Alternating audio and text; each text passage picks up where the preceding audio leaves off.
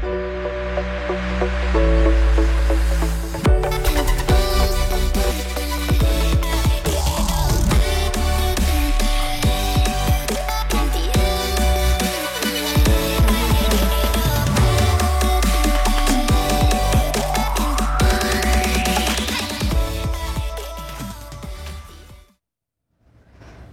ጤና ይስጥልን የተከበራችሁና የተወደዳችሁ ውድ ተመልካቾቻችን እንደምሰነበታችሁ ይህ ህይወት ገጾች ፕሮግራማችን ነው በፕሮግራማችን የስነ ልቦና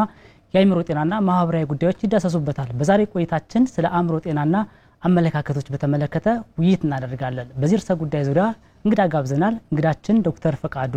አድማስ ይባላሉ የማህበረሰብ ጤና ስፔሻሊስት ናቸው እንዲሁም በአማራ ክልል ተላላፊ ያልሆኑ በሽታዎች ኦፊሰርና የክልሉ የአእምሮ ጤና ዋና ተጠሪ ናቸው ከሳቸው ጋር ነው ቆይታ የምናደርገው የፕሮግራሙ አዘጋጅና አቅራቢ ነይሻምባ ወርቄ ነኝ እስከ ዝግጅታችን ፍጻሜ ድረስ አብራችሁ ሁኑ ዶክተር እንዴት አለ እንዴት ቆያችሁ እንግዲህ አንተ ብዬ ጀመርኩና ካለን ቀረቤት አንፃር ተመልካቾቻችንም ይቅርታ እየጠየቅኩኝ እንግዲህ ውድ ጊዜህን ሰጥተህ ከኛ ጋር ቆይታ ለማድረግ ስለወደድክ እጅግ አድርገን እናመሰግናለን እኔም ጉዳያችሁ አድርጋችሁ ይህን ፕሮግራም ላይ መጋብዛችሁ በጣም አመሰግናለሁ መልካም እንግዲህ ዛሬ ቆይታ የምናደርገው አእምሮ ጤና ላይ ሐሳቦችን እናነሳለንና እንግዲህ አንተም በክልሉ የአእምሮ ጤና ዋና ተጠሪም ስለሆንክ በዙሪያው ደግሞ ማህበራዊ ጉዳዮች ላይ በተለይ እነዚህ በህብረተሰብ ጤና ሳይንስ ላይ በርካታ ስራዎችን እየሰራ ስላለ አንዱ ደግሞ የአእምሮ ጤና ነውና እንደው የአእምሮ ጤናን በተመለከተ ሰፋ ያለ ውይይት ይኖርናል ብዙም ጊዜ እንደ ማህበረሰብ ያለን ግንዛቤ ሊለያይ ይችላል እነዚህ ሌሎች በሽታዎች እነዚህ የሚተላለፉ የሚባሉ በሽታዎች እንደዚህ ከአእምሮ ውጭ የሆኑ ነገሮች ብዙም ጊዜ ትኩረት ይደረግባቸዋልና እንደ አእምሮ ጤና ደግሞ ብዙም ጊዜ ትኩረት አይደረግበትና አመለካከቱን በተመለከተ ግንዛቤ ሰውን ልክ ነው መስጠት የሚገባው እንደው አንድ ሰው የአእምሮ ጤናው ታውቋል የሚባለው ምን ሲሆን ነው የሚሉትና ሌሎች ሐሳቦችን የአእምሮ ጤና በተመለከተ ሰፊ ውይይት እናደርጋለን ማለት ነው መልካም ውድ ተመልካቾቻችን ዛሬ በህይወት ገጾች ፕሮግራማችን ከዶክተር ፈቃዱ አድማስ ጋር ቆይታ የምናደርገው ቀደም ብለን እንዳነሳ ነው ስለ አእምሮ ጤና ሰፊ ሐሳቦችን እናነሳለን እንግዲህ በተደጋጋሚ በህይወት ገጾች ፕሮግራማችን የአእምሮ ጤናን እንዳስሳለን ያለ አእምሮ ጤና የለም አይደለም የሚባለው ምክንያቱም ጤና የሁሉ ቅንጅት ነው እንደዚህ የአካል አለመታመም ብቻ ሳይሆን የስነ ልቦና ማህበራዊ ደህንነትም ጭምር ነውና አሁን ደግሞ በተለያየ ሁኔታ እንዳለንበት ሁኔታ በተለይ ማህበራዊ ቀውሶች ሲከሰቱ የአእምሮ ጤና በሰፊው ይታወቃልና ይህን በተመለከተ ነው ከግንዛቤም ጋር አያይዘን ሰፊ ቆይታ እናደርጋለን ከአፍታ ቆይታ በኋላ ተመልሰን እንገናኛለን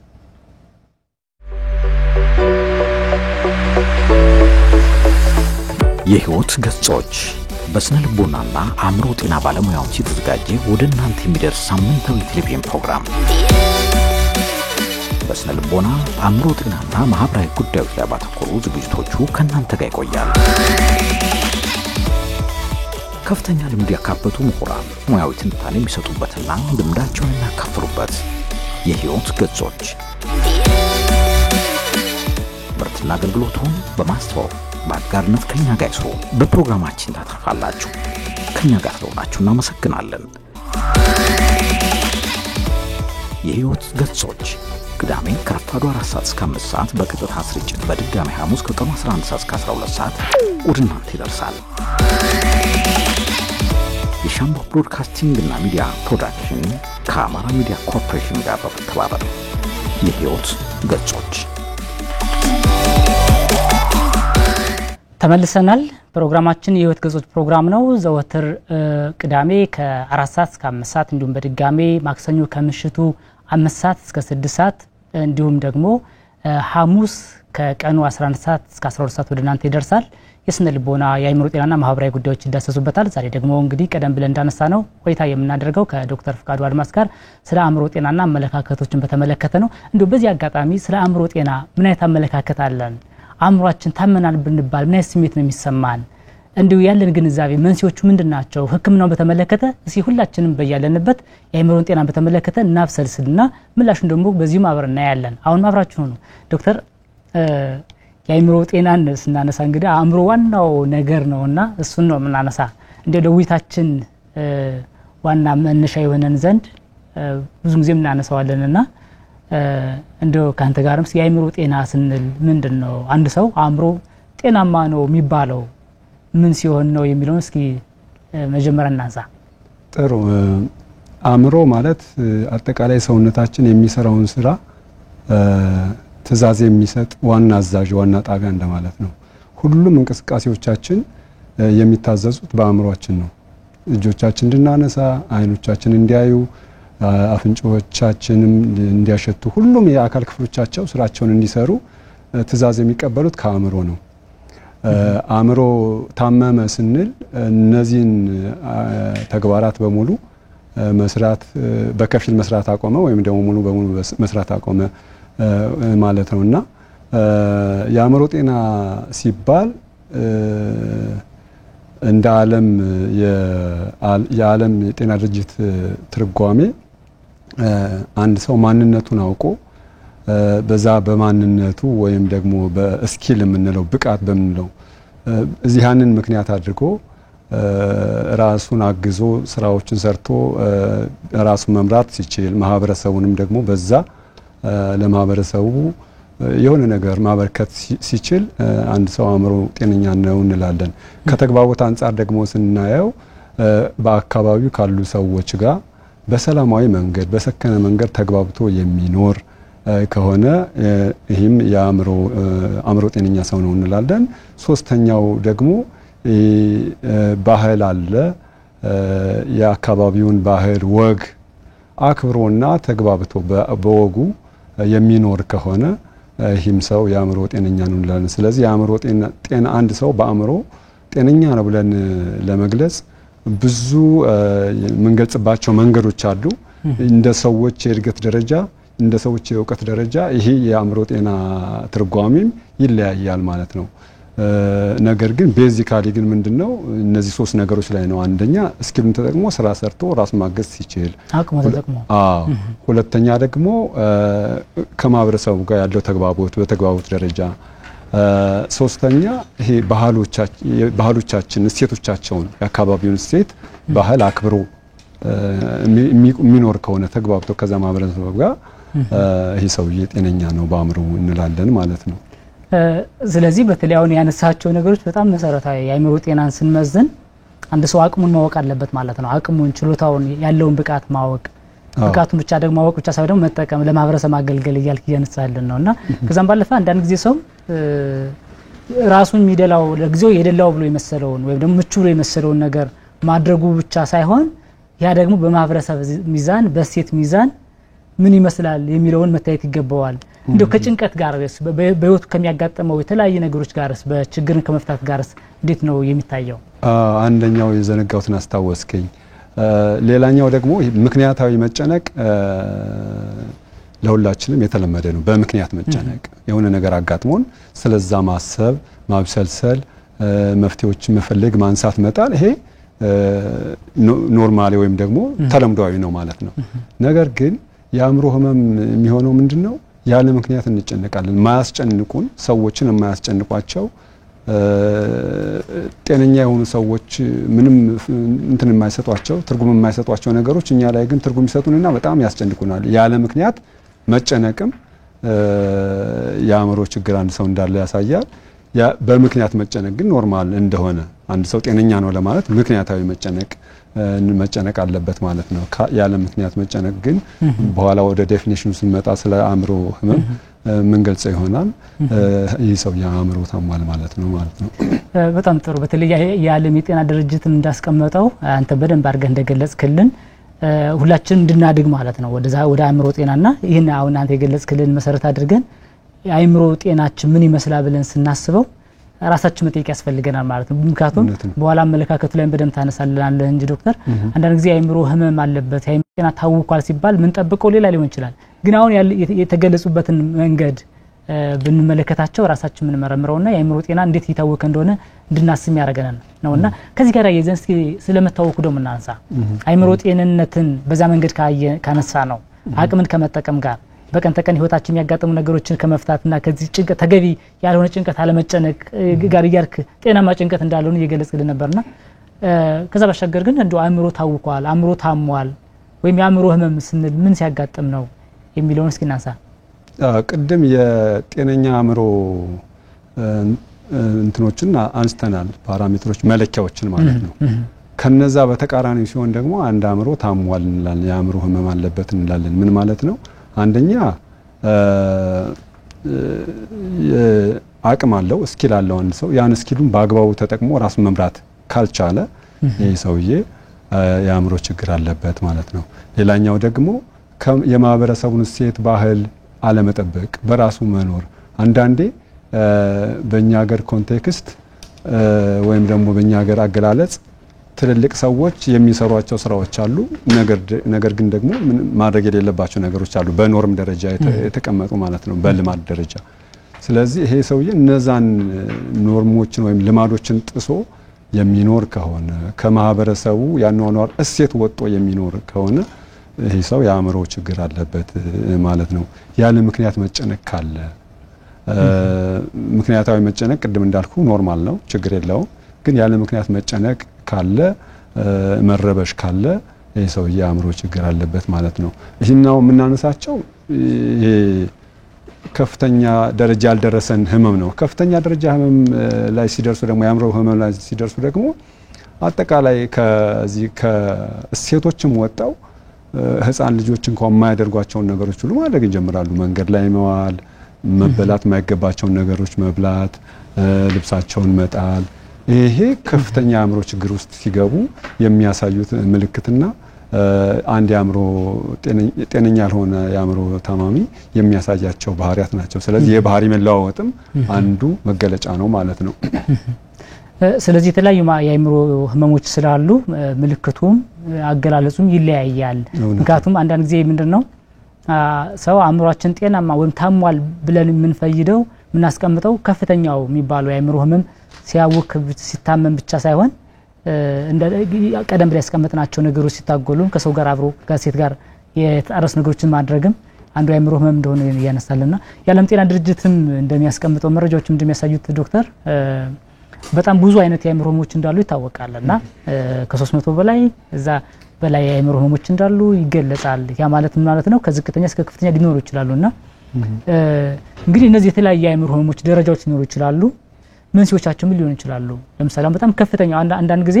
ይህን ፕሮግራም ስናነሳው ውድ ተመልካቾቻችን ትኩረት እንዲያርጉ ስንፈልገው የአእምሮ ህመም ማለት እንደው በጣም እየተበሳቆለ ወይም ደግሞ ልብሱን የጣለ ምናልባት ሙሉ በሙሉ የቀን ተቀን ህይወቱን ሙሉ በሙሉ ማድረግ ያልቻለ በልቹ ጥገኛ የሆነ ብቻ ማለት ላይሆን ይችላል እንደውም አንዳንድ ጊዜ ምን ይገለጻል በዚህ በጥሩ አኗኗር ውስጥ የአእምሮ ህመም ሊኖር ይችላል ምክንያቱም በራሱ አገላለጽ ማለት ነውና ስለዚህ አእምሮአችን ታሟል እንድንል የሚያስችሉ ነገሮች ይኖራሉ ስለዚህ መንስኤዎችን እስኪ እናንሳቸው ከከፍተኛ እስከ ዝቅተኛ ሊሆን ይችላሉ እውነት ነው እንዳልካው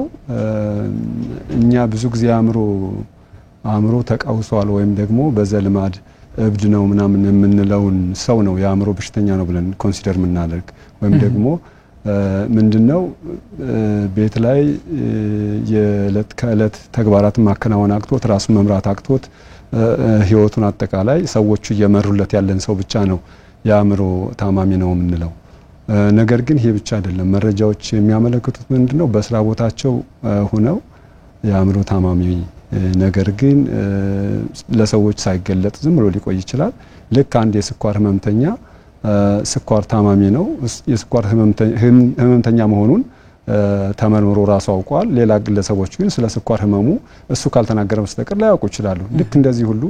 የአእምሮ ታማሚዎችን የተለያዩ ባህሪዎችን እያሳዩ በስራቸው በመድከም ኑሯቸውን በአግባቡ ባለመምራት የተለያዩ ተግባራትን እያከናወኑ የአእምሮ ህመምተኛ ሳይመስሉ ዝም ብለው ሊቆዩ ይችላሉ ማህበረሰቡ ግን አሁን የሚረዳው ማንንም ለማን ሰው ሄዳውን ብትጠይቀው ይሄ ሰውዬ የአእምሮ በሽተኛ ነው አይደለም ብትለው ጎዳና ላይ ያለን አንድ አእምሮ የተቃወሰ ከፍተኛ የአእምሮ ችግር ያለበትን ሰው አዎ ይሄማ አእምሮ በሽተኛ ነው ወይም ደግሞ እብድ ነው ምናምን ብሎ ሊነግር ይችላል ከዛ ባለፈ እንደሆነ ችግሩ ግን መረዳት ያስፈልጋል ማለት ነው ያውም ከፍተኛ ደረጃ ያደረሱ እና ራሳቸውን ጥለው የሚኖሩ የአእምሮ ታማሚዎች ውስን ናቸው ምናልባትም ከ1 እስከ 3% ምናምን ከዛ በላይ ላይ ሆኑ ይችላሉ በአብዛኛው ብዙውን ቁጥር የሚይዘው ወደ 20 እና 30% የሚይዘው ግን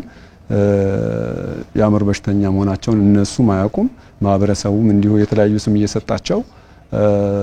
ከማህበረሰቡ ጋር ተቀላቅለው የዕለት ህይወታቸውን ከሞላ ጎደል እያከናወኑ የሚኖሩ የህብረተሰብ ክፍሎች ይበዛሉ ማለት ነው። ወደ መንስኤው ስንሄድ መንስኤውን ልክ ቅድም እንዳልከው ከ300 እስከ 400 የሚጠጉ የአእምሮ ህመም አይነቶች አሉ እና እነዚህ የአእምሮ ህመም አይነቶች የሚያሳያቸው ባህሪ የተለያየ ነው። የተለያየ ባህሪ ነው ያለው። ይህንን ባህሪ ሊያመጡ የሚችሉ መንስኤዎች ግን ጠቅለል ስናደርጋቸው እንደመነሻ በአራት ነው የምንከፍላቸው። እነዛም ምንድነው? አንደኛው ስነ ህይወታዊ የምንለው ነው ወይም ባዮሎጂካል የምንለው ማለት ነው። ሁለተኛ ሳይኮሶሻል የምንለው ወይም ደግሞ ስነ ልቦናዊና ማህበራዊ የምንለው ማለት ነው። አንዳንዴ ማህበራዊን የራሱን ስነ ልቦናዊም የራሱን ይከፋፍሉታል። የመጨረሻው ስፒሪቹዋል ወይም መንፈሳዊ የምንለው ማለት ነው። ባዮሎጂካል የምንላቸው ወይም ደግሞ ስነ ህይወታዊ የምንላቸው ምንድነው? አእምሮ ተግባራትን ሲያከናውን እነዛን ተግባራት ኮንትሮል የሚያደርግበት የሚቆጣጠርበት ኬሚካሎችን ያመነጫል። የደስታን መጠን የሀዘንን መጠን በሙሉ በሚገባው ልክ አንደርስታንድ አድርጎ ያንን የሚገልጽበት የራሱ የሆነ ሲስተም አለ ወይም ደግሞ ስርዓት አለው። ያንን ስርዓት የሚቆጣጠሩ ኬሚካሎች አሉ። ዶፓሚን፣ ሴሮቶኒን የሚባሉት የእንግሊዝኛ ቃል የአማርኛ ቃል ብዙም የላቸውም እና የነሱ መብዛትና ማነስ ወደ አእምሮ ህመም ሊያጋልጠን ይችላል ማለት ነው። የነዚህ መብዛትና ማነስ ደግሞ በምን ሊመጣ ይችላል? አንድም በተፈጥሮ ሲፈጠሩ አንዳንድ ልጆች ላይ ከመነሻው ጀምሮ እንደዚህ አይነት ችግር ሊያጋጥማቸው ይችላል። ሌላ ጊዜ ደግሞ ምንድነው? የተለያዩ አደጋዎች ሲያጋጥሙ የነዚህ ኬሚካሎች መጠን ሊበዛም ሊያንስም ይችላል ማለት ነውና በዛ ምክንያት የአእምሮ ህመም ሊያመን ይችላል። ሁለተኛው ማህበራዊ የምንለው ማለት ነው ወይም ደግሞ በእንግሊዘኛው ሶሻል የምንለው በጣም ብዙውን ቁጥር የሚይዘው ይሄኛው ነው። የሶሻል ክራይስ ወይ ደግሞ ማህበራዊ ችግሮች የምንላቸው ምን ሊሆኑ ይችላሉ? አንደኛ ጦርነት ቁጥር 1 ነው። ሁለተኛ የተፈጥሮ አደጋዎች፣ እነዚህ የኢኮኖሚ ኢሹዎች ወይም ደግሞ በኢኮኖሚ ረሃቦች፣ ችግሮች ምናምን ማህበረሰቡን ያጎሳቁሉታል፣ አእምሮውን ያስጨንቁታል፣ ወደ ተለያዩ ችግሮች ሊያስገቡት ይችላሉ። ሌላኛው ደግሞ አንዳንዴ ከዚህ ከጦርነቱ ባሻገር ደግሞ ምን ሰማቸው ነገሮች የሚሰሙ ነገሮች በጦርነቱ ምክንያት ምን ይችላል? ከዚህ ሆነ ለምሳሌ የነ አፍጋኒስታን ጦርነት እየሰማን ነበር። የነ ኢራቅን ጦርነት እየሰማ ያየህ ነው የምታርገውና የምታያቸውና የምትሰማቸው ነገሮችም ሊያስጨንቁ ይችላሉ። ሌላኛው ደግሞ ምናልባት ብዙም አልተጠናም እንጂ በደንብ ቢጠና ቴክኖሎጂ በራሱ በተለይ ስማርትፎን እና ስማርት የሆኑ ነገሮች ከመጡ በኋላ ልጆቻችን በተለያዩ መንገድ በተለያዩ ሱሶች ሊገቡ ይችላሉ፣ በተለያዩ ሱሶች ሊጠመዱ ይችላሉና ቴክኖሎጂውም በራሱ የማህበራዊ ሚዲያ እነዚህ ሶሻል ሚዲያ የምንላቸው ሊሆን ይችላል። ቴክኖሎጂው ራሱ የተለያዩ አፕሊኬሽኖች አሉ ሰዎችን በቀረፍትና ፋታ የሚያሳጡና እዛ ውስጥ ሆነ ከሰዎች ጋር ኮሙኒኬት ማድረግ ታቆማለህ። የሶሻል ኢንቴግሬሽን አለ አይደለ? የሶሻል መስተጋብር የምንለው የማህበራዊ መስተጋብሩ ወደ ቴክኖሎጂ መስተጋብር ይሄድና ቴክኖሎጂ እንዳልኩህ አድርግ የምትለውን ነው የሚያደርግልህ። ለምን እንዴት ይሄ እኮ ትክክል አይደለም ብሎ ቻሌንጅ አያደርግህም። ምክንያታዊነት የለውም። ስለዚህ ከሰዎች ይገለሉና ያን ቴክኖሎጂ ዲፔንዳንት ነው ቴክኖሎጂውን እያዘዙ ይኖራሉ። ዘን ወደ አልሆነ ሱስ ውስጥ ይገባሉ። ሰዎች ጋር ግን ከሆነ ነው ይሄ እኮ ትክክል አይደለም በዚህ መንገድ መመለስ አለብህ ምናምን ብሎ ገና እየሄደ እያለ ከመንገድ ሊያስመለሰው ይችላል ወደዛ ሲስተም እንዳይገባ ማለት ነውና እነዚህም እንደ ሪዝን እናያቸዋለን። የመጨረሻው ስፒሪቹዋል ማለት ነው። ስፒሪቹዋል ማለት እምነት የማመን ያለማመን ጉዳይ ሳይሆን የሆነ ነገር ትለፋለህ፣ ትሰራለህ፣ ትወጣለህ፣ ትወርዳለህ ከዛ በኋላ የማትችለው ነገር ይሆናል ማለት ብዙ ነገሮችን አቺቭ ታደርግና የተወሰኑ ነገሮች ሁሉንም ያለምነውን ያቀርነውን ነገር በሙሉ ላናሳካ እንችላለን አይደል? አንዳንዴ የተወሰኑትን አሳክተን የተወሰኑት ደግሞ በቃ ላይ ይሳኩ ይችላሉ። እነዛ አልሳኩልን ያሉ ነገሮች ለፈጣሪ እንሰጣለን። በአብዛኛው እንደዛ ነው። በቃ እኔ ለፍቻለሁ ወጥቻለሁ በቃ ጥሪ ያለው ከዚህ በኋላ ያለውን ፈጣሪ ሙላበት ብሎ ፈጣሪ ያውቃል ብሎ ማሰብ ጤነኛ የሆነ ሰው የሚያስበው ነው። ጤነኛ ሳንሆን ስንቀር ግን ለምን ይሄ ነገር አልሆነልኝም? ለምንድነው ይሄንን ማድረግ ያልቻለው? እኔ እኮ ደካማ ሰው ነኝ፣ እኔ እኮ እንደዚህ አይነት ሰው ነኝ፣ ስለዚህ ምናምን በቃ ማረባ ነኝ እኮ ምናምን እያሉ ራሳቸውን እያስጨነቁ ራሳቸውን ወዳልሆነ ነገር ውስጥ ያስገቡና የአእምሮ ህመም ውስጥ ሊገቡ ይችላሉ ማለት ነው። ከመንፈሳዊ እየራቅን ስንመጣ ማለት አሁን የእምነት ጉዳይ ሳይሆን ምን ሰጠው አካል ሊኖር ይገባል ነው። የምንችለውን ሰርተን የማንችለውን ደግሞ ለሆነ አካል የምንሰጥ ከሆነ ኖርማል ጤነኛ አእምሮ አለን ማለት ነው። ነገር ግን ከዛ ባለፈ በቃ ለምን እኔ ይሄን አልሆንኩም ብለን አሁን የምንጨነቅ ከሆነ ይሄ ሎጂካል ላይሆን ይችላል ማለት ነው። እና ህመሙም እንደ ህመም ሊሆን ይችላል፣ እንደ መንስኤ ሊሆን ይችላል። ስፒሪቹዋል የሚለው ወይም ደግሞ መንፈሳዊነት የሚለው ከዛ ጋር የተያያዘ ነው። በጣም ደስ የሚል ሀሳብ ነው ዶክተር ያነሳውና ምክንያቱም አንዳንድ ጊዜ ምክንያቱን ካወቅ ነው ምክንያቱ ላይ መስራት እንችላለን። የህመሙ የችግሩ ዋናው መለየት 50% ችግሩ መፍታት አይደለም የሚባለው። ስለዚህ አንዳንድ ጊዜ አስተሳሰቦቻችን የአእምሮ መታወክ የምንለው የአእምሮ ህመም የሚባለው አስተሳሰባችንና በድርጊት በጠባይ የሚገለጥ ነውና እንደዚህ ነገር የሚፈጠረው አንደኛ ስነ ህይወታዊ ጋር እንደተገናኘ ከስነ ልቦና ከማህበራዊ ጋር እንደሚገናኝ ነገር ከመንፈሳዊ ጋር እንደሚገናኝ ያነሳልና እንደው አሁን ለትንሽ እንድናየው ፈለግኩኝ። ምክንያቱም ሰው በብዙ ወከባ ውስጥ ነው ያለ። እንደው ዝም ብለን እንደ ማህበራዊ ነውና ብንመለከተው ድሮ ማህበራዊ ትስስራችን በጣም ከፍ ያለ ነው። ሲቸገር አንድ ሰው እንደው ችግር ስንል የኢኮኖሚ መቸገር ብቻ ሳይሆን በሐሳቡ ሲከፋ ያ ሰው የተለያየ ነገር ሲያጋጥመው ምን ሆነሃል ብሎ ሚያየው እንደው ፈቅጆ ልምጣ ይባላል። ገጠር ላይ እንደ ሲፈቅደውና አይተውና አዋይተውና ተጋርተውና ይላልና አኗኗራችሁን ሁሉ በጋራ የመጠያየቅ ነበርና አሁን ግን አንተም እንዳነሳው በቴክኖሎጂ አማካይነት የመገንጠል ሁኔታም አለ። ይሄ አኗኗራችን ከዛም ባለፈ ደግሞ እንደው አንዳንድ ጊዜ ከችግር ላይ ችግር ደግሞ ሲባል ቀውሶች ደግሞ ሲያጋጥሙ በተለይ ከኑሮ ውድነት ጋር ሊሆን ይችላል፣ አኗኗራቸው ሊሆን ይችላል፣ ምን ሰማቸው ምን ናያቸው ጦርነት ሊሆን ይችላልና እነዚህ ምክንያታቸው በተወሰነ መልኩ ብንዳሳቸው ያስቤ ነውና ምክንያቱም አሁን በኋላ ወደ መፍትሄ አንዳንዴ ማንችላቸው ነገሮች ሊሆን ይችላል። ሰው ኑሮ ውድነቱን በጋራ በራሱ ላይ ፈታው ይችላል፣ ግን ደግሞ ያሳስበዋል ያስጨንቀዋል ምን ሊለው ይችላልና እንደው የአእምሮ መታወኩን ከመፍጠር አንፃር እንዴት ይገለጻል? እንደዚህ ማህበራዊ ቀውሶች እንዳልከው በጣም ከፍተኛውን የአእምሮ ህመም ችግር የሚይዙ መንስኤዎች ናቸውና በተለይ ጦርነት ላይ አሁን ስትሆን ጦርነት ላይ የሚዋጉት ወይም ደግሞ እዛ የሚሳተፉት ሰዎች ብቻ የአእምሮ ችግር የሚያጋጥማቸው ይመስለናል። ነገር ግን ከዛ ያለፈ ነው። ህፃናት ይህን ጦርነት እያዩ የተለያዩ መጥፎ ያገዳደል አይነቶች ሊሆን ይችላሉ። እንደዚህ መጥፎ ድርጊቶችን እያዩ ነው የሚያድጉት። ያን እያዩ ያደገ ሰው የአእምሮ ህመም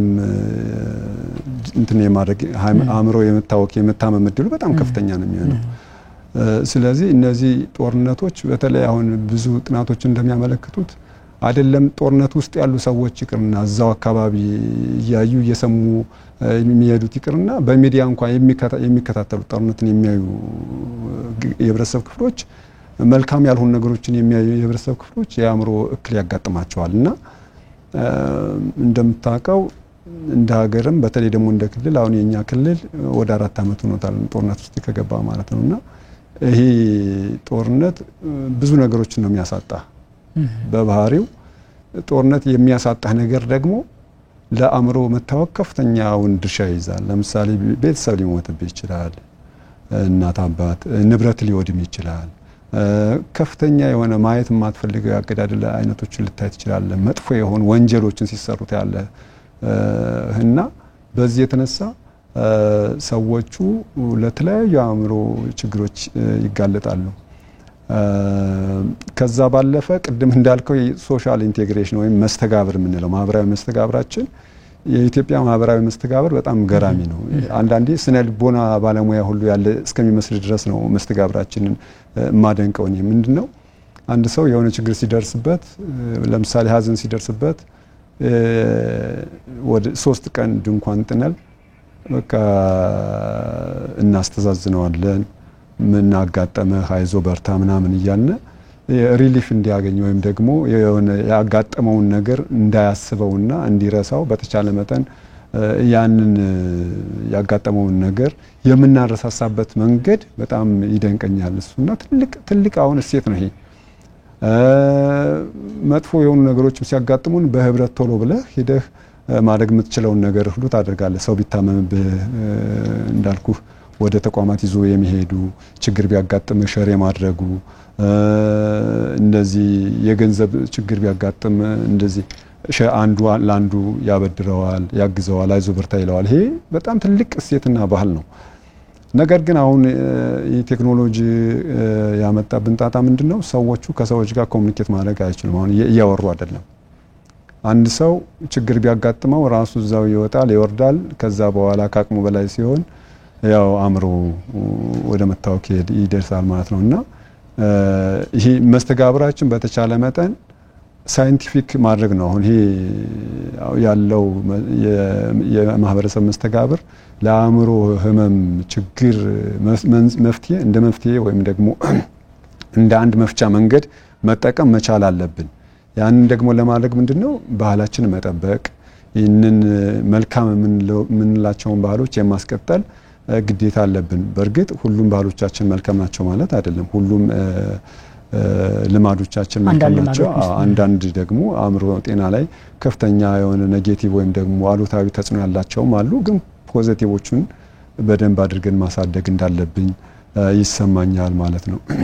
በጣም ጥሩ ሐሳብ ነው ዶክተር አንሳውን ብዙ ጊዜ ምክንያቱም አንዳንድ ጊዜ የአእምሮ ሰው የተሰማውን ስሜት ያጋጠመውን ነገር ሲያወራ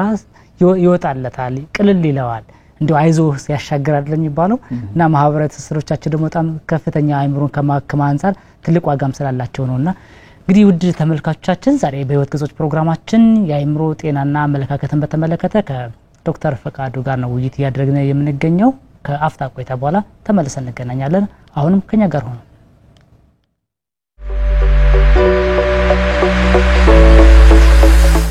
የህይወት ገጾች በስነ ልቦናና አእምሮ ጤና ባለሙያዎች የተዘጋጀ ወደ እናንተ የሚደርስ ሳምንታዊ ቴሌቪዥን ፕሮግራም በስነ ልቦና አእምሮ ጤናና ማህበራዊ ጉዳዮች ላይ ባተኮሩ ዝግጅቶቹ ከእናንተ ጋር ይቆያል ከፍተኛ ልምድ ያካበቱ ምሁራን ሙያዊ ትንታኔ የሚሰጡበትና ልምዳቸውን የሚያካፍሉበት የህይወት ገጾች ምርትና አገልግሎቱን በማስተዋወቅ በአጋርነት ከኛ ጋር ይስሩ በፕሮግራማችን ታተርፋላችሁ ከኛ ጋር ስለሆናችሁ እናመሰግናለን የህይወት ገጾች ቅዳሜ ከረፋዱ 4 ሰዓት እስከ 5 ሰዓት በቀጥታ ስርጭት በድጋሚ ሐሙስ ከቀኑ 11 ሰዓት እስከ 12 ሰዓት ወደ እናንተ ይደርሳል የሻምቦ ብሮድካስቲንግ እና ሚዲያ ፕሮዳክሽን ከአማራ ሚዲያ ኮርፖሬሽን ጋር በመተባበር የህይወት ገጾች ተመልሰናል ፕሮግራማችን የህይወት ገጾች ነው ዛሬ በቆይታችን ስለ አእምሮ ጤናና አመለካከቶች በተመለከተ ከዶክተር ፈቃዱ ጋር ነው ቆይታ ያደረግን የምንገኘው ዶክተር ፈቃዱ አድማስ የማህበረሰብ ጤና ስፔሻሊስት ናቸው እንዲሁም የአማራ ክልል ተላላፊ ያልሆኑ በሽታዎች ኦፊሰርና የክልሉ የአእምሮ ጤና ዋና ፎካል ናቸው ወይም ደግሞ ዋና ተጠሪ ናቸው ከሳቸው ጋር ነው ቆይታ ያደረግን የምንገኘው አሁንም ከኛ ጋር ሆኖ ዶክተር ቀደም ብለን ስለ ምክንያቶች እያነሳን ነበር እንደው እስኪ አመለካከት ላይ ደግሞ እንምጣ የአእምሮ ጤና በተመለከተ በተለይ ደግሞ ህመሙን በተመለከተ ያለን አመለካከት ምን ይመስላል እንደው በግለሰብ ደረጃ በማህበረሰብ ደረጃ እስኪ እንመልከት ይሄን ደግሞ መልካም አእምሮ ውስብስብ ስለሆነ አሁን ሳይንቲፊካሊም ስለ አእምሮ ያጠቃላይ ያለው ሁኔታ በምርምር ደረጃ ብዙም ተዳስሶ አላለቀምና በተለይ ደግሞ በፊት ሳይንስ እንደዚህ በደንብ ባላደገበት ሰዓት የተለያዩ ህመሞችን በባህላዊ መንገድ ሰዎቹ ያድናሉ የተለያዩ መፍትሄዎችን ሲሰጡ ነው የቆዩት ዘመናዊ ህክምና ባልነበረበት ሰዓት ማለት ነው ነገር ግን የአእምሮ ህመም በባህሪው ውስብስብ ስለሆነ እነዚህ በባህላዊ መንገድ ወይም ደግሞ በባህላዊ ህክምና ለማዳን የሚያደርጉት ጥረት ብዙም እየተሳካላቸው አልነበረም ሰዎች በዛው ወቅት የነበሩ ሰዎች ማለት ነው ስለዚህ ምን አደረጉ የሚችሉትን ነገር ያው ከፈጸሙ ወይም ከሰሩ በኋላ የማይችሉትን ነገር ለሆነ አካል መስጠት ስላለባቸው ይህንን የአእምሮ ህመምንም የተለያየ ስያሜ ሰጡት ምንድነው በአብዛኛው የሚሉት ምንድነው የአእምሮ ህመምን ወይም አንድ ሰው በአእምሮ ህመም ከታመመ ሰይጣን ይዞት ነው ሊሉ ይችላሉ ወይም ልክፍት ተላክፏት ነው ሊሉ ይችላሉ አንዳንዴ ዛር ይዞት ነው ዛር ነው እንደዚህ የሚያደርግ ይላሉ ሌሎችም እንደዚህ ቡዳ እና እሺ ሰውሎበት ነው አስደግመውበት ነው ምናምን እየተባለ የተለያዩ ትርጉሞች ይሰጡታልና የአእምሮ ህመም ቅድም እንዳልኩ ውስብስብ ከመሆኑ አንፃር ሰዎቹ ያው አክመው በባህላዊ ህክምና አክመው ካለማዳናቸውና ያው ጥሩ ወይም ደግሞ ወዲያው ኢሚዲየት የሆነ ወይም ቶሎ የሆነ ምላሽ ባለማግኘታቸው ይሄንን ስም ሲሰጡት ማህበረሰቡ ደግሞ ይሄንን ቀጥታ እንደወረደ ተቀበልና ያዳበረው መጣ ስለዚህ ምንድነው አሁን በማህበረሰቡ አጠቃላይ የአእምሮ ህመም የማይድን በሽታ ነው በሽታነቱንም እንኳን ብዙም አልተቀበሉትም የማይድን መንፈስ ነው ብለው ነው የሚያስቡት አንድ ሰው በአእምሮ ህመምተኛ ከሆነ በቃ አይድንም ህመሙም እንደዚህ መንፈስ ነው የመንፈስ ህመም ነው የርኩስ መንፈስ ህመም ነው ብለው ነው እነሱን ያምኑት ማለት ነው እና ብዙ ስያሜዎች እንደየአካባቢዎች ይሰጣሉ እኔ አሁን እስከማቃቸው ነው እነዚህን እንኳን እንትን ያልኩኝ እንጂ በየአካባቢው የሚኖርበት ባህል የተለያዩ ስያሜዎችን ነው የሚሰጧቸው የአእምሮ ታማሚዎችን ማለት ነው አንዳንዴ ጠሽ ነው ይባላል በዚህ ባራዳ ቋንቋ ለቋል ምናምን ብዙ ነገር ነው የሚባለውና ብዙ መላምቶችም አሉ ማለት እንደዚህ ለምን አሉ ለምንድነው ይሄን ስያሜ የሰጡት ምናምን የሚባለው እኔ አሁን ቅድም የነገርኳቸው አንዱ ሪዝን ቢሆንም ወይም አንዱ ምክንያት ቢሆንም ሌሎችም ብዙ መላምቶች አሉ ለምን እንደዚህ እንደተባሉ ዝሮ ግን ምንድነው ማህበረሰቡ የአእምሮ ህመምን እንደ ህመም ወይም እንደ በሽታ አይቀበለውም ሌላ ስም ሰጠው ማለት ነው በአብዛኛው እንደው መረጃዎች እንደሚያሳዩት የአእምሮ ህመም ሲከሰት ከ90% በላይ የሚሆነው ወደ ዘመናዊ የአእምሮ ህክምናዎች ሳይሆን ሌሎች ባህላዊ ህክምናዎች እንደሚሄድ መረጃዎች ያሳያሉና መንፈሳዊ ህክምና በጣም ዋጋ እንዳለው ነው መንፈሳዊ ዋጋ በጣም ትልቅ መሰረታዊ ዋጋ አለው ከዛ ባለፈ ግን ራሱ አንተም ቀደም ብለህ ታነሳ እንደነበረው ዶክተር እንደው ሰውሎበት ነው እንጂ እንደው አይለከፍ እንጂ አንዴ የሚል ነገር ከሰይጣን ጋር ማያያዝ ከሌላ ነገር ጋር ማያያዝ አንዳንድ ጊዜ ይህን በሳይንሳዊ ምልከታ ሐሳብ ሲነሳ እንደው የህመሞች ምልክትን በማስያዝ ነው እንደተወሰነ ሐሳብ እንድትጨመርበት ፈልጌ ነው ዶክተር ምክንያቱም የአእምሮ ህመም የተለያየ ደረጃዎች አሉ ለምሳሌ ከባድ የሚባለው የአእምሮ ህመም ስኪዞፍሬኒያ ወስደን ብንመለከት ያ የአእምሮ ህመም የራሱ ምልክት ይኖረው ይችላል ከእውነታው ዓለም በወጣ መንገድ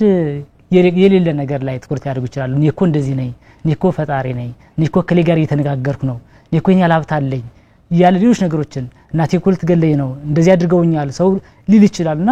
ያ ሰው እንደዚህ ሲያስብ ያ ማህበረሰቡ ወይም ደግሞ ምናልባት የአእምሮ ጤና በደንብ ያልተረዳን ሰው ልናስብ የምንችለው ከሆነ ጋር ልናያይዘው እንችላለን ማለት ነው አሁን ባይፖላር የሚባለው የአእምሮ ህመም ስናነሳ እያንዳንዱ የራሱ ምልክት አለው ማለት ነው ዶክተር እንደው እዚህ ጋር አያይዘን ከሊኮ እንደውም እንደዚህ ብሎታል አሁን የአእምሮ ህመም አለ ሲባል ምን ሰጠው ስያሜም አለ ከማግለልና ከመድሎ በተለየ መንገድ ምን ሰጠው አለና እኛን ታመምን ብሎ ከማሰብ አንፃርስ እንዴት ነው የአእምሮ ህመምስ እነማናቸው ያማቸው አእምሮ ህመምን እንደው ተጋላጭነቱ ምካቱም በብዙ መንገድ ተጋላጭነቱንም ስንት አነሳዋለና እንደው አእምሮ ህመም እነማናቸው ያማቸው በምንስ መንገድ ነው እኛስ የተረዳ ነው እንደው ከህክምናው ጋርስ ምን አይነት እንትኖች አሉ እንደው ህክምናውን በተመለከተ እንደው ትንሽ እንኳን ተረድተው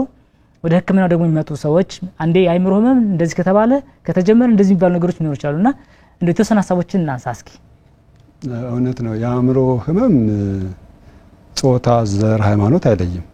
የትኛውንም የህብረተሰብ ክፍል ያጠቃል ሁሉም ሰው ለአእምሮ ህመም የመጋለጥ እድል አለው ምክንያቱም አንድ ሰው በሌሎች በሽታዎች የመጋለጥ እድል እንዳለው ሁሉ ወባ የመታመም የሳምባ ምች የመታመም ቲቪ የመታመም የመጋለጥ እድል የነዚህ ህመሞች የመጋለጥ እድል እንዳለው ሁሉ ማንኛውም ሰው ለዚህ ለአእምሮ ህመም መንስኤዎች እስከተጋለጠ ድረስ የመታመም እድል አለው ማለት ነው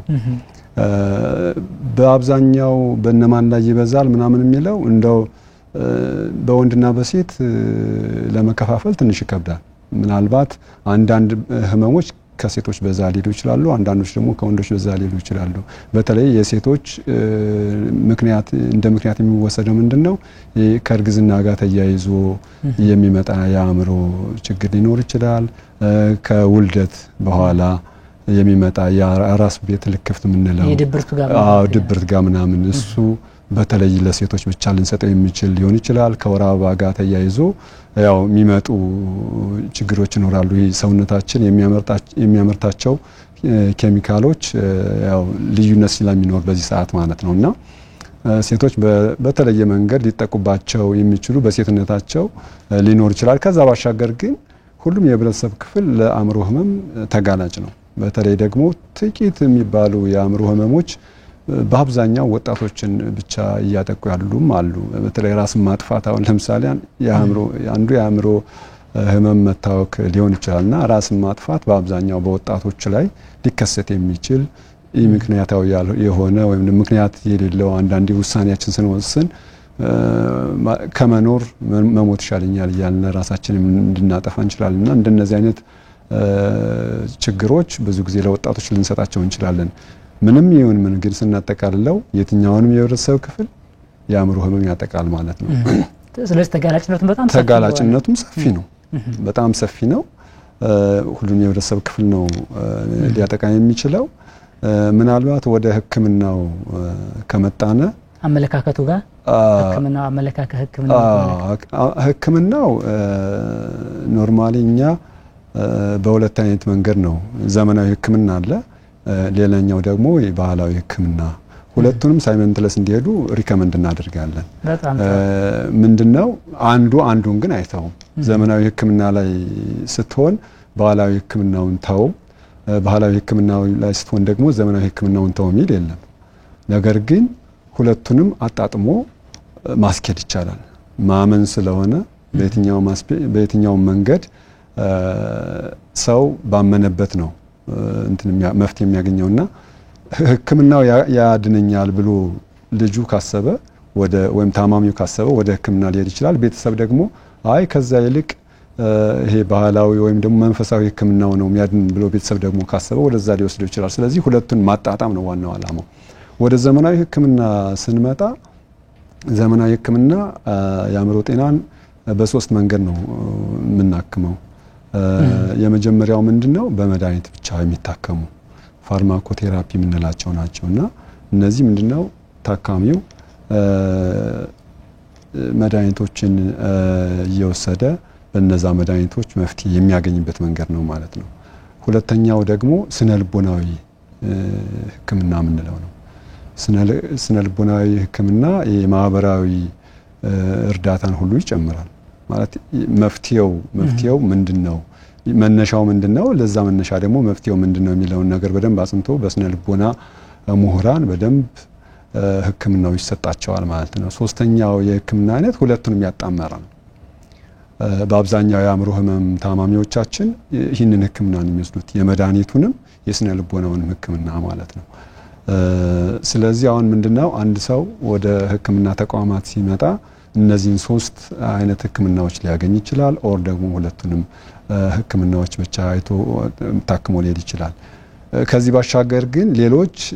የመንፈሳዊ ተግባራትን አያደርግም ማለት አይቻልም ማድረግ ይችላል አይከለክልም ህክምናው አይከለክልም ጸበል ለምሳሌ የእምነቱ የኦርቶዶክስ አማኝ ከሆነ አንድ ታማሚ ጸበል እየተጠመቀ የተለያዩ ሃይማኖታዊ ድርጅቶችን ለዛ ለበሽታው መፍትሄ እየፈለገ በዛው የአእምሮ ህክምናውን ደግሞ የዘመናዊ ህክምናውን ማስቀጠል ይችላል ማለት ነው ቁርአን እያስቀራ ይኛውን ዘመናዊ የአእምሮ ህክምናውን ማስቀጠል ይችላል ችግር የሚሆነው ምንድነው አንደኛ ወዲያው ታማሚው እንደታመመ ወደ ህክምና ተቋማት ታማሚውን ይዞ አለመምጣት በተለያየ መንገድ ታማሚውን አዘግይቶ መውሰድ ጸበል ሊሆን ይችላል ቁርአን እያስቀሩ አንዳንዴ ደግሞ እነዚህ ካልቸራል የሆኑ ቃልቻ ቤቶች ምናምን ሊኖሩ ይችላሉ እዛ ቦታ ላይ አክርመው በሽታው ከተባባሰ በኋላ ምንም አማራጭ ሲያጡ ከ6 ወር ከ1 አመት ከ2 አመት ከ10 አመትም በኋላ ካቆዩ በኋላ ምናልባት ግንዛቤያቸው የማህበረሰቡ ግንዛቤ የተሻለ ሲሆን ወይም ደግሞ ቤተሰቦቻቸው በሆነ በወሬ ሲሰሙ ይዘዋቸው ይመጣሉና ይሄ በመዘግየታቸው ምክንያት አንደኛ ሕክምናውን በጣም ውስብስብ ያደርገዋል። ሁለተኛ እንደነዚህ አይነት ታማሚዎች የመዳን እድላቸውን በጣም ዝቅ እያለ ይመጣል ማለት ነውና ቶሎ ወደ ሕክምና ቦታ መውሰድ፣ ቶሎ ሌሎች የእምነት ተግባራትን ማከናወን፣ አብሮ ሁለቱንም አጣጥሞ ማስኬድ ግን ትልቁ መፍትሄ ነው ብለን እናስባለን። በጣም ጥሩ ዶክተር፣ በተለይ ከከፍ ካለው ህመም ጋር አያይዘም ነው በደንብ አድርጋ ያነሳውና በተለይ መታከም የሚገባው ወደ ባለሙያ ሄዶ በደንብ ማከም፣ ከዛም ባለፈ ግን እንደ ጥቅል የአእምሮ ጤናን ደግሞ ስንገነዘብ ሁሉ ሰው ሊታመም ስለሚችል ማለት አብዛኛው ሰው ተጋላጭ ነው። እንደውም የዓለም ጤና ድርጅት እንዳስቀመጠው ከ6 ሰው መካከል አንድ ሰው ታማሚ እንደውም ወደ 4 ይመጣልና 4 ሰው ቢኖር ከመካከል አንድ ሰው ታማሚ ነው ማለት ነውና ቁጥሩ በጣም ሰፊ ነው። በተለይ ከጭንቀት ከድብርት ጋር ከፍተኛው ብቻ መጠበቅ አይገባንም። ስለዚህ የአእምሮ መታወክ ሲባል ሰዎች መደበኛ ስራቸውን ሁሉ እየሰሩ የአእምሮ መታወክ ይኖራል፣ የአእምሮ ህመም ይኖራል እያነሳልን ስለነበረ እስኪ ደግሞ ትንሽ የሚያስከትለውን ጉዳት ደግሞ ብንመለከተው የአእምሮ ህመም የአእምሮ ህመም ጉዳቱ በጣም ሰፊ ነው። አሁን ያለውን ተጽዕኖ እንደ ህብረተሰብ እንደ ግለሰብ ስናየው በጣም ከፍተኛ ነው። አንድ ሰው ታመም ያለው ብሎ ያንን አምኖ ታክሞ ድኖ ወደ ስራ መግባትና ከዚህ በፊት የሚሰራቸው የነበሩ ተግባራትን ማከናወን መቻልና መታመሙን ሳያቅ እንዲሁ ስራ መግባት ስላለበት ወጥቶ የሚገባ እየሰራ ያለ ስራ ግን አጥጋቢ ያልሆነ ከሌሎች ጋር ተወዳዳሪ ያልሆነ ብዙ ጊዜ ለይስሙላ ከሆነ ስለዚህ ኢኮኖሚካሊ ስናየው ይሄ ግለሰብ የሚሰራበትን ተቋም እየገደለ ነው ማለት ነው። ሁለተኛ ራሱን እየመራ ስላልሆነ ቤተሰቦቹን መምራት እየቻለ አይደለም ማለት ነው። ስለዚህ እንደ ግለሰብ ስናየው ቤተሰብ ለምሳሌ አንድ አባት ቢታመም እና ከፍተኛ የአእምሮ ችግር ቢያጋጥመው ቤተሰብን ሲመራ የነበረ ነው፣ ብዙ ነገር ሲያደርግ የነበረ ነው። ስለዚህ ምን ሊሆን ነው ማለት ነው? ቤተሰብ ሊበተን ነው። ሌላኛው ደግሞ በጣም ትልቁ ደብል በርደን ወይም ደግሞ ሁለት ጉዳት አለው የሚባለው 2-3 ጉዳት አለው የሚባለው ምንድነው? የአእምሮ ታማሚዎች እንደ ሌሎች ህመሞች ራሳቸውን አያሳመሙ፣ ሌላ ረዳት ያስፈልጋቸዋል። ከፍ ያለው የአእምሮ ህመም ለምሳሌ አንድ ሰው ሲታመም ያንን ሰው የተለያዩ ችግሮች እንዲያጋጥሙት ቅድም እንዳልነው አእምሮ በአግባቡ ስራውን ባለመስራቱ አእምሮ እንደዚህ ሁኛለሁ ብሎ ለራሱ የሚጮህበት ባለመኖሩ ምክንያት ይህ ሰውዬ ራሱ ሊያጠፋ ይችላል፣ አላስፈላጊ ቦታዎች ሊገባ ይችላል፣ ብዙ ነገሮች ሊያጋጥሙት ይችላል፣ ወደ ብዙ አደጋዎች ሊገባ ስለሚችል ያንን ሰው ሊጠብቅ የሚችል አንድ ሰው ያስፈልጋል ማለት ነው። ስለዚህ ያንን ሰው መንከባከቡ ሌላ ችግር ነው። እንደ ሀገር ደግሞ ስታየው ይህ ይጠራቀምና አንድ ሰው በስራ ቦታው ውጤታማ አለመሆን፣ ቶታሊ ከስራ ገበታው አለመገኘት፣ ቤተሰቦቹን መበተን፣ እነዚህ እንደ ሀገራዊ ፋይዳቸው ወይም ደግሞ ጉዳታቸው በጣም ከፍተኛ ነው ማለት ነው። ዞሮ ምንድነው በኢኮኖሚ ደረጃ ስናየው የአእምሮ ህመም የሚያስከትለው የኢኮኖሚ ውድቀት በጣም ከፍተኛ ነው። በብዙ ቢሊዮን የሚቆጠሩ ዶላሮች በአመት የዓለም ኢኮኖሚ እንዳወጣው እንደሚያጣ ነው የሚያሳየው ማለት ነው። እና በጣም ሂውጅ የሆነ የኢኮኖሚ ውድቀትን ያመጣል። ከዛ ባሻገር ደግሞ ማህበራዊ ህይወቶች በሙሉ ይበላሻሉ፣ ቤተሰብ ይበተናል፣ ብዙ ነገር ነው።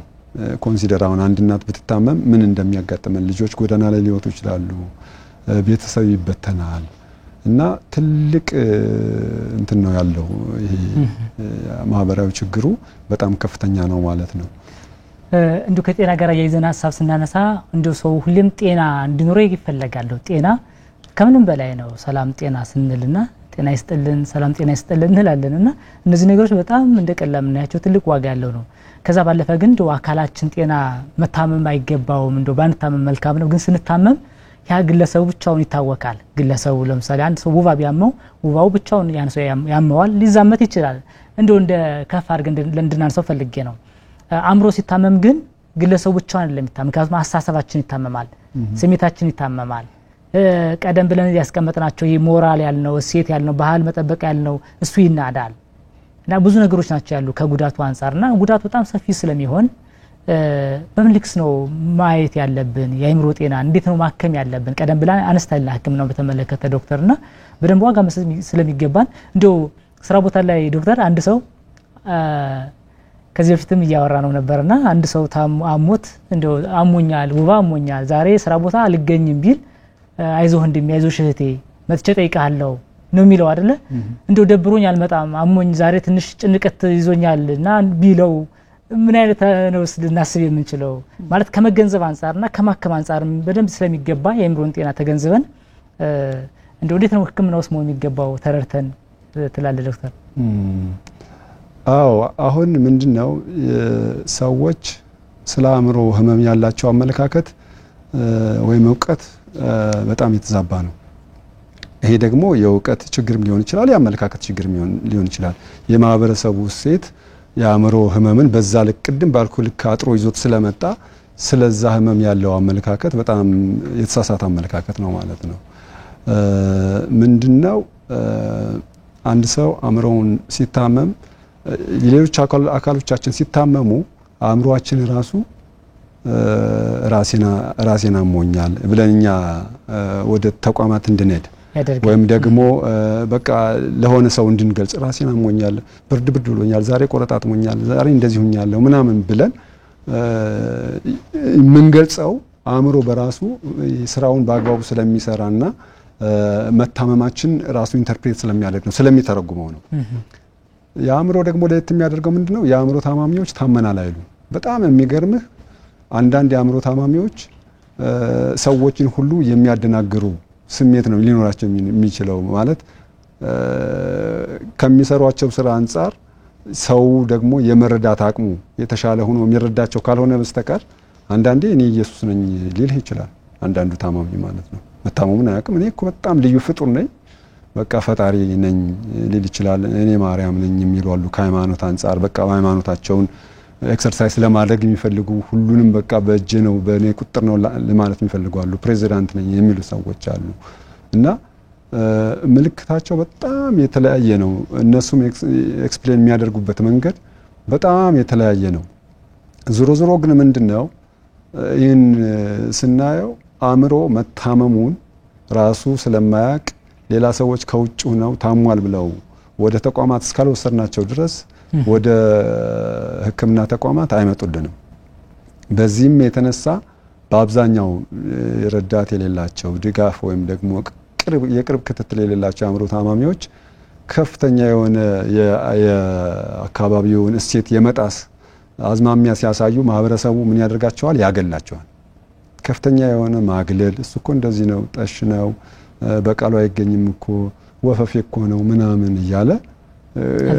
ያልተፈለገ ስም እየሰጣቸው ይሸሻቸዋል። ይሄ ደግሞ የበለጠ ህመሙን እንዲባባስበትና ላልተፈለገ ውሳኔ ሁሉ ሊገቡ ይችላሉ። በጣም ብቸኝነት ያጠቃቸዋል። ልዩ እንክብካቤ ያስፈልገዋል አንድ አእምሮ ታማሚ ግን ያን ሁሉ ልዩ እንክብካቤ ከመስጠት ይልቅ እንደገና ሌላ ስም እየሰጠናቸው ሰዎቹን ወደ አልሆነ ቦታ እናስገባቸዋለን ማለት ነውና በዛ ምክንያት በሽታው በጣም እየተባባሰ ራሳቸውን ጥለው በጣም ከፍተኛ የሆነ የአእምሮ መቃወስ ያጋጥማቸውና ልብሳቸውን አውልቀው ምናምን እንትን ሊሉ ይችላሉ። ነገር ግን ምናልባት የህብረተሰቡ ስለ አእምሮ ጤና ያለው አመለካከት የተሻለ ቢሆን ግን ገና ከመጀመሪያው አይቶ መስሪያ ቤት የሚሰራ ሰው ከሆነ በቃ ዛሬ ሰሞኑን ሰው የሆነ አእምሮ ችግር አጋጥሞታል መሰለኝ የሆነ ጸባዩ ተቀይሯል እንደዚህ እየተነጫነጨ ነው ምንድነው እስኪ እናወያየው እስኪ ቤተሰብ ይለን እንጠይቅ እሱንም እስኪ እንጠይቀው መፍትሄው ምን ይሆን ምናምን ብለን ወዲያው ኢሚዲየትሊ ወይም ደግሞ ወዲያውኑ ችግር እንደተፈጠረ መፍትሄ ብናስቀምጥለት ሰው በቀላሉ መዳን ይችል ነበር ማለት ነው። እና አመለካከታችን በጣም የተዛባ በመሆኑ ስለ በሽታው ያለንም እሳቤ በጣም የወረደ ወይም ደግሞ ትክክል ያልሆነ በመሆኑ ሰዎች መዳን እየቻሉ ሳይድኑ ይቀራሉ። በተለይ ደግሞ ቅድም አንተም እያነሳው ነበረ ፊዚካል ህመም ወይም ደግሞ አካላዊ ህመም አንድ ሰው ታሞ እረፍት ቢጠይቅና አእምሮ ታሞ አንድ ሰው እረፍት ቢጠይቅ በአሰሪ ኃላፊዎቻቸው በኩል የሚሰጠው መልስስ ምን ይመስላል ምናምን የሚለውን እንድንጠይቅ ያደርጋል አንተ ያልከው ማለት ነውና አንድ ሰው ለምሳሌ ወባ ሞት ስራ ቦታው አልተገኘም ደውሎ የስራ ኃላፊውን አይ ዛሬ በቃ ወባ ስላመመኝ ስራ ገብቴ አልተገኘውም ስራውን አሸፍኑ ቢል የመጀመሪያው ያለቀው መልስ የሚሆነው ምንድነው ሐኪም ቤት ሄደ ነበር አዎ ሄጄ ነበር ወባ እንደዚህ አይነት ወባ ነው የተባልኩ መድኃኒት ተሰጥቶኛል ምናምን አይዞ በቃ እሺ በርታ መድኃኒቱን በአግባቡ ወሰድ እስኪ ከቻል መጠን እንጠይቃለን አይዞ ብሎ እዛው ጥሩ የሆነ ምላሽ ይሰጠውና ያበረታታዋል በተቃራኒው አንድ ሰው ደግሞ እዛው ተመሳሳይ መስሪያ ቤት ደብሮት በቃ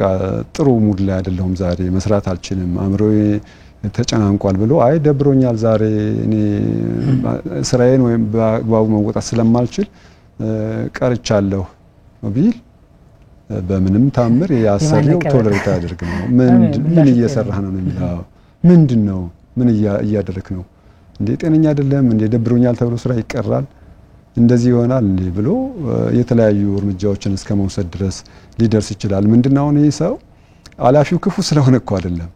ያደገበት ማህበረሰብ ስለ አእምሮ ጤና ያለው አመለካከት ያ ነው የሱ የእውቀት ደረጃም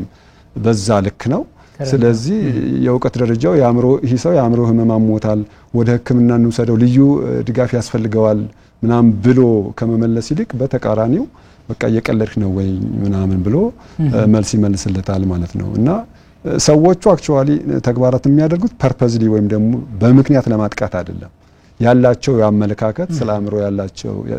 ያላቸው አመለካከት መጀመሪያው ነው የተዛባ በመሆኑ በዛ ማህበረሰብም ስላደግን ለህክምናውም ጥሩ የሆነ አቲቲዩድ ወይም ደግሞ ግንዛቤ ስለሌለን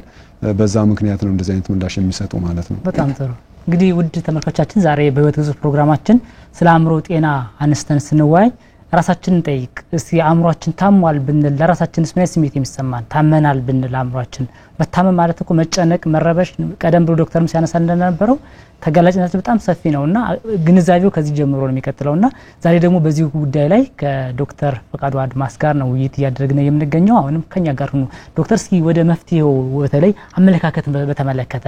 እንግዲህ አመለካከት ስንል አሁን በትምህርት ደረጃ መደበኛ ትምህርት ተማረም አልተማረም በየትኛው ደረጃ ላይ መረዳታችን በጣም ዝቅተኛ ነው ያስባለሁ ለምሳሌ አንድ ተቋም ላይ አንድ ሰው አእምሮ ታሟል ቢባል አይ ስራ ያበላሽብኛል ብሎ ሊያስብ የሚችለው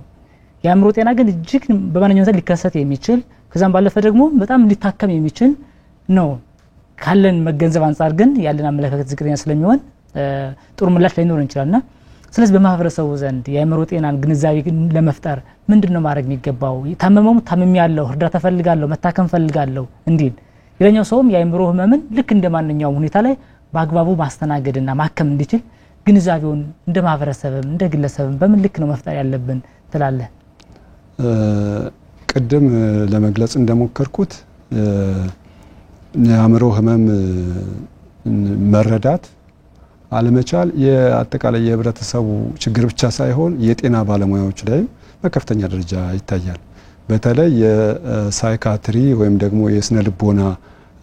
ባለሙያዎች ካልሆኑ በስተቀር ሌሎች የጤና ባለሙያዎች ራሱ ለአእምሮ ህመም ያላቸው አመለካከት በጣም ዝቅተኛ ነው ብዙ ጊዜ የምናየው ምንድነው በተቋማት ላይ አንድ ሰው የአእምሮ ችግር አጋጥሞት የተለያዩ ምልክቶችን እያሳየ ወደ ተቋማት ሲመጣ እንዴ ምን ልታደርጊ ነው ወደዚህ ዘሽ የመጣሽ ምን ልታደርግ ነው እቺን ወደዚህ ዛት የመጣ ይሄ እኮ ጸበል ነበር መፍትሄው ይሄ እኮ እዚህ አባከሌ ወይም ደግሞ የሆነ የሰፈር ባህላዊ ህክምና ይተቀስና እዛ ብትወስደው እኮ ነበር የሚሻለው እዚህ እኮ ምን መፍትሄ አታገኝም ድከም ብሎ ነው እንጂ እንዲው ምናምን ነው የሚሉትና ምንድነው በአጠቃላይ የጤና ባለሙያውን ሁሉ ጨምሮ ከፍተኛ የሆነ የህብረተሰብ ንቅናቄ ያስፈልጋል የአእምሮ ህመም ነው አእምሮ እንደሌሎች የአካል ክፍሎቻችን እንደ እጃችን እግራችን እንዲሁም የሌሎች የአካል ክፍሎቻችን ሊታመም የሚችል አካል ነው የሚለውን ለህብረተሰቡ በከፍተኛ ደረጃ ማስገንዘብ አስፈላጊ ነው ህብረተሰቡ ስለዚህ በሽታ በደንብ ካወቀ አንደኛ ታማሚዎችን በአግባቡ ቶሎ ወደ ተቋማት ይዞ ይሄዳል ተቋማትም አስፈላጊውን ህክምና ያደርጋሉ ሁለተኛ ደግሞ የህብረተሰቡ አመለካከት የተሻለ የሆነ ሲመጣ ታማሚዎች ራሳቸውን የአእምሮ በሽተኛ ነን ብለው አጋልጠው መኖር ይችላሉ ባይዘው አእምሮ ታማሚዎች የአእምሮ ታማሚነታቸውን ለህብረተሰቡ መናገር አይፈልጉም ማግለል አድሮ ይኖራል ያኔ ኤችአይቪ እንደመጣ ስለ ኤችአይቪ የነበረን የህብረተሰብ አመለካከት ነበር ልክ ከዛ በላይ ነው አሁን ያለው እንትን ማለት ነው። ምንድነው አንድ ሰው የአእምሮ ህመም አለበት ከተባለ አንደኛ ወንጀል ሊሰራብኝ ይችላል፣ የተለያዩ ነገሮች ሊያደርግ ይችላል። ሁለተኛ ደግሞ በቃ የሚያደርገው ነገር ተቀባይነት ላይኖረው ይችላል እና ኢቭን አንድ ሰው አእምሮ በሽተኛ ከሆነ ምስክር ቢሆን ላይቀበሉት ሁሉ ይችላሉ። የተለያዩ ማህበራዊ ግንኙነት ውስጥ ተሳታፊ እንዳይሆን የማድረግ ስራዎች ሁሉ ይሰራሉ እና ይህንን በደንብ አድርገን መስራት ይጠበቅብናል። በደንብ ማህበረሰቡን ማሳወቅ፣ መናገር፣ በተቻለ መጠን የማህበረሰብ ንቅናቄ መፍጠር ያስፈልጋል። ይህን ደግሞ ለማድረግ ሞሮፍ ትልቁን ድርሻ የአእምሮ ባለሙያዎች ቢሆንም ግን የህብረተሰብ ክፍሎች፣ እነዚህ ማኔጅመንት ላይ ያሉ አካላት፣ በተለይ ደግሞ መንግስታዊ ያልሆኑ ድርጅቶች፣ የሃይማኖት አባቶች እነዚህን በደንብ ይዞ ስለ አእምሮ ህመም ከፍተኛ የሆነ የህብረተሰብ ንቅናቄ ፈጥረን ህብረተሰቡ በደንብ እንዲገነዘብና እንዲያውቅ አድርገን ይህን በሽታ መከላከል ካልቻልን በስተቀር አሁን ባለው ሁኔታ የአእምሮ ህመም በጣም ከፍተኛ የሆነ ወደፊት ደግሞ ምናልባት ያለነው ሶሻል ክራይሲስ ወይ ደግሞ የማህበራዊ ቀውስ ውስጥ ስንወጣ ብዙ ሰዎች ናቸው ወደ ተቋማት ወደ አእምሮ ህክምና ተቋማት የሚመጡትና የአእምሮ ህክምና ተቋማትን በተቻለ መጠን ራሳቸውን ሬዲ አድርገው ወይም ደግሞ አዘጋጅተው በተቻለ መጠን አገልግሎቱን መስጠት እንዲችሉ ካሁኑ ቅድመ ዝግጅት ማድረግ ያለባቸው ይመስለኛል። ዶክተር በመጨረሻ ቀራ የምትለው ማስተላለፍ የምትፈልገው መልእክት በአእምሮ ጤና ላይ ካለ እንደማጠቃለያ? ማስተላለፈው ምንድነው? አንደኛ የአእምሮ ጤና ልክ አእምሮ ህመም ልክ እንደማንኛውም ህመም እንደሆነ ህብረተሰቡ እንዲገነዘብ ፈልጋለሁ። በቃ ልክ ሳምባ እንደሚታመመው ቅድም እንዳልኳችሁ እግራችን እጃችን እንደሚታመመው ስለዚህ አእምሮም ይታመማል። ያንን ህብረተሰቡ ተገንዝቦ ታማሚዎቹን ቶሎ ብሎ ወደ ተቋማት ይዞ እንዲሄድ። ሁለተኛው ደግሞ ምንድነው የአእምሮ ህመም ኦልሞስት ኦል ማለት ይቻላል የሚድን ህመም ነው። ስለዚህ የሚድን ህመም መሆኑን ተገንዝቦ ማንኛውም የአእምሮ ታማሚ ወደ ህክምና ተቋማት ሄዶ መታከም እንዳለበትና የሚድን በሽታ መሆኑን ህብረተሰቡም ይህን ተረድቶ በአካባቢያቸው ያሉ ሰዎችን እንዲያሳክም እንዲያግዙ ማስገንዘብ ፈልጋለሁ። ሶስተኛ የአእምሮ ህመም በባህሪው ልዩ ድጋፍ ያስፈልጋል። የህብረተሰብ ክፍሎች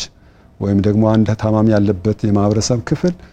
ያን ታማሚ ከማግለል የተለያዩ ነገሮችን ከማድረግ ይልቅ ቀረብ ብሎ ምን ሆነ ነው ምን አሞህ ነው ምን እናግዝህ በማለት እነዚህን ግለሰቦች የመደገፍ የማገዝ ተግባር ቢፈጽሙ ልዩ ድጋፍ ቢያደርጉላቸው መልካም ነው ብዬ አስባለሁ። በመጨረሻ የህይወት ገጾች የሬዲዮና ቴሌቪዥን ፕሮግራም እኔ የምከታተለው ነው። በጣም አእምሮ ህክምና ላይ ከፍተኛ የሆነ አስተዋጽኦ የሚያደርግ ምናልባትም ክልሉ ከሚያደርጋቸው አስተዋጽኦዎች እኩል ኢኩቫለንት የሆነ ተግባራትን እየሰራ ያለ ፕሮግራም ነውና በጣም ይህንን ፕሮግራም በዚሁ አጋጣሚ ማመስገን እፈልጋለሁ። እናንተንም አዘጋጆችን በዚሁ አጋጣሚ አመሰግናለሁ። ዶክተር ፍቃዱ አድማስ የማህበረሰብ ጤና ስፔሻሊስት በአማራ ክልል ተላላፊ ያልሆኑ በሽታዎች ኦፊሰርና የክልሉ ደግሞ የአእምሮ ጤና ዋና ተጠሪ በህይወት ገጾች ፕሮግራማችን ተገኝተህ ይህን የመሰለ ሀሳብ ስለሰጠህን በተመልካቾቻችን እጅግ አድርገን እናመሰግናለን። ውድ ተመልካቾቻችን ዛሬ በህይወት ገጾች ፕሮግራማችን የአእምሮ ጤናና አመለካከትን በተመለከተ የነበረን ቆይታ ይህን ይመስል ነበር። እናንተ አብራችሁ ስለነበራችሁ እጅግ አድርገን እናመሰግናለን። ፕሮግራሙን በማዘጋጀት ወደ እናንተ ያደረሱት እኔ ሻምባው ወርቄ ከመላይ ስርጭት ባለሙያዎች ጋር በጋራ በመሆን ነበር። ሳምንት በሌላ ርዕሰ ጉዳይ እስከምንገናኝ ጤና ይስጥልን።